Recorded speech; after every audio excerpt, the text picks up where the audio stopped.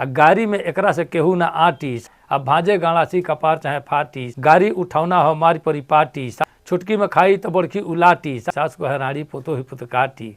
देखिए एगो घटल घटना के चित्रण हम कहनी।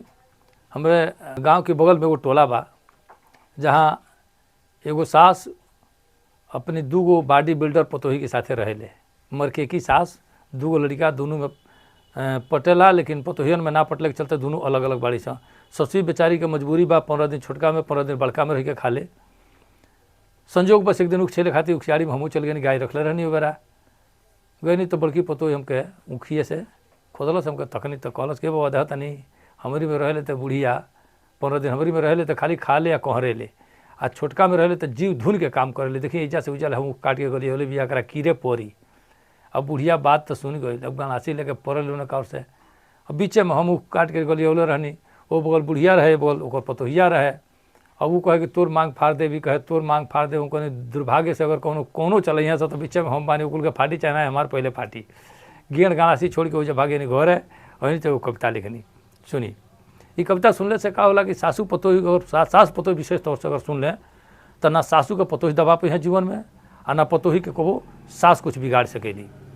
ये कविता एकदम बिल्कुल सत्यनारायण कथा की तरफ औरतों के तो विशेष तौर से सुने के चाहिए। जो सास पतोही के अगर ये तरह के संबल घर में होखे वो लोग के सत्यनारायण कथा की तरह कविता के सुने के चाहें। कहें कि सासू का मतलब हो जौन पतोही के सांस नहीं लेवे दे, अब पतोही माने जौन पतोही की तरह वही दे सासू के। ये दोनों के मिट्टी दोनों जाने के कहो बैठे लाना ही कहो।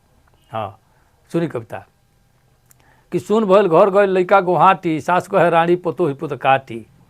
दूगो पतोही एगो सास मर के की, केकरा के छोड़ी या केकरा के छेकी, पलटा या करछुल लड़ाई में टूटे, लड़े के आदत न एकनी के छूटे। छुटकी में खाई तो बड़की उलाटी, सास कहे रानी पतोही पुत काटी।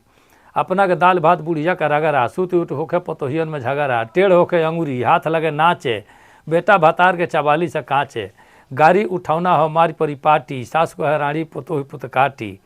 भरल बाजारी में लड़े से दूनो, कोनो से कोनो ना मांगे ले नूनू। ऊँख छिले जाली से एक साथे जहिया, मारी गाड़ी झगड़ा बजड़ी जाला तहिया। अब भांजे गाड़ासी कपार चाहे फाटी, सास कहे रानी पतोही पुत काटी। बाड़ी से ई दोनों बड़की पिटाहुर, बुढ़ियो बोजक्कड़ ढकसे ले माहुर। नतियन के कहे ले सुअरी के छावना, रोजे मिमोर के लगावे ले लावना। आ गाड़ी में एकरा से केहू ना आटी, सास कहे रानी पतोही पुत काटी। हफ्ता में 3 दिन अलगे बनावे, छोटकी के छोड़े तो बड़की पोल्हावे। अम्मा जी कहले पर खूब अगरा ले बुढ़िया, अम्मा जी कहले पर खूब अगरा ले, अंडा उड़ावे को शुरुओं से खा ले। अब बोझा के गेंद रोज काट देले छाटी, सास कहे रानी पतोही पुत काटी।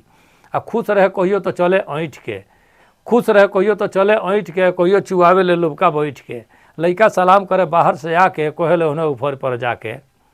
आ हंस के चुपाई उ बोली न डांटी, सास कहे रानी पतोही पुत काटी, सास कहे रानी पतोही पुत काटी। मित्रों अगर ये वीडियो आपको अच्छा लगे तो अपने मित्रों में शेयर करिएगा, और यूट्यूब से देखते हैं तो हमारे चैनल को सब्सक्राइब करिएगा, बेल आइकन दबाइएगा, साथ साथ अपने प्रतिक्रिया अपनी टिप्पणी भी हमारे पास तक पहुंचाइएगा। फिर अगले वीडियो मिलते हैं। नमस्कार।